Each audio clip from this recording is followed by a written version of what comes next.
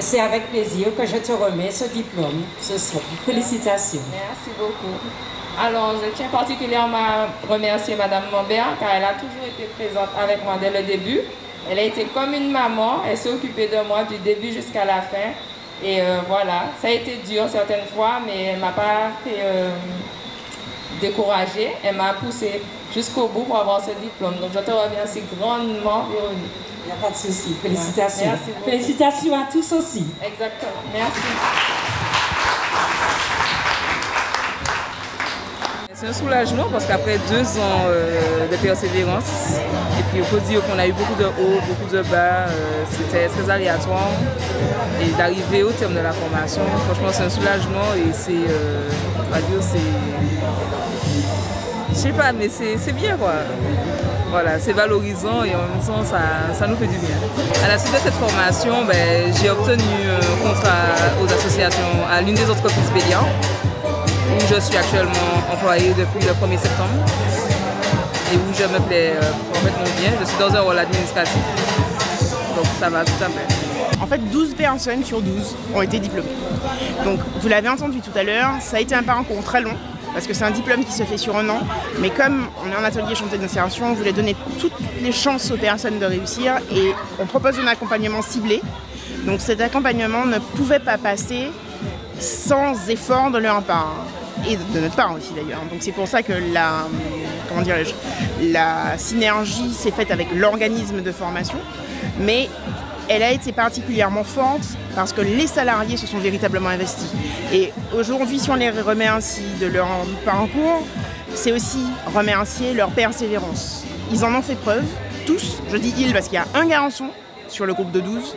Mais ce sont des battants et j'espère que leur action va s'inscrire sur le territoire nord. En tout cas, c'est leur souhait. Et les 6 qui ont été embauchés par la ville, donc qui ont réussi sur les 12, ont été embauchés par la ville. Il y en a 6 autres qui ont des projets divers, mais je sais qu'ils vont y arriver. Et comme je disais tout à l'heure, on va les suivre pendant 6 mois encore.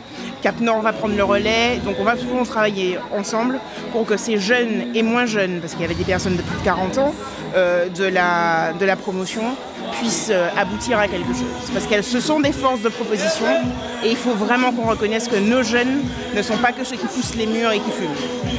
On a un 2e chantier d'insertion qui va commencer sur le site des 3 Sources. Donc c'est vraiment un partenariat qu'on a avec l'association et qui va continuer. C'est important dans la mesure où ça participe à la formation de l'adulte. Une évolution perpétuelle, c'est vraiment de l'amélioration continue où on a une structure, une association qui a relevé un défi, en plus de mettre en valeur un patrimoine de la ville, que le site de Lens à zéro, on a un four à chaud, enfin on a vraiment des vestiges historiques, permet à des Samaritains de se réinsérer et peut-être d'acquérir un diplôme qu'ils n'auraient peut-être pas pu financer eux-mêmes.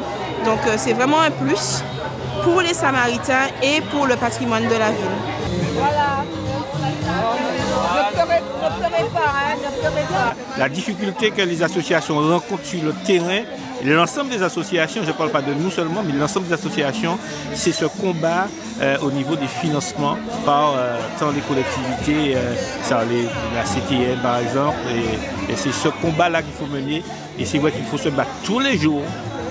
Il faut avoir des gens au téléphone, leur faire comprendre que vous avez en face quand même des personnes, pas pour vous, parce que moi je suis bénévole, donc je n'ai pas de problème de salaire à la fin du mois, c'est pas pour moi que je me bats, mais je dois considérer qu'on ne peut pas laisser des gens qui sont où les situations sont difficiles, on ne peut pas les laisser souffrir à la fin du mois. Et c'est le combat qu'il faut que chaque association mène. Et je dis bravo aux associations, l'ensemble des associations qui travaillent dans le monde de l'insertion en Martinique.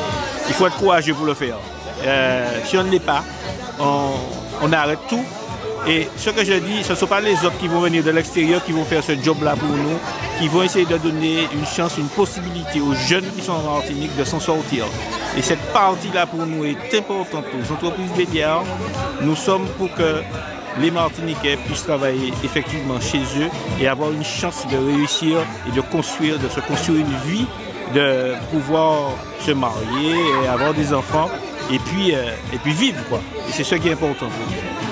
Je sais le ciel ne m'en veut pas.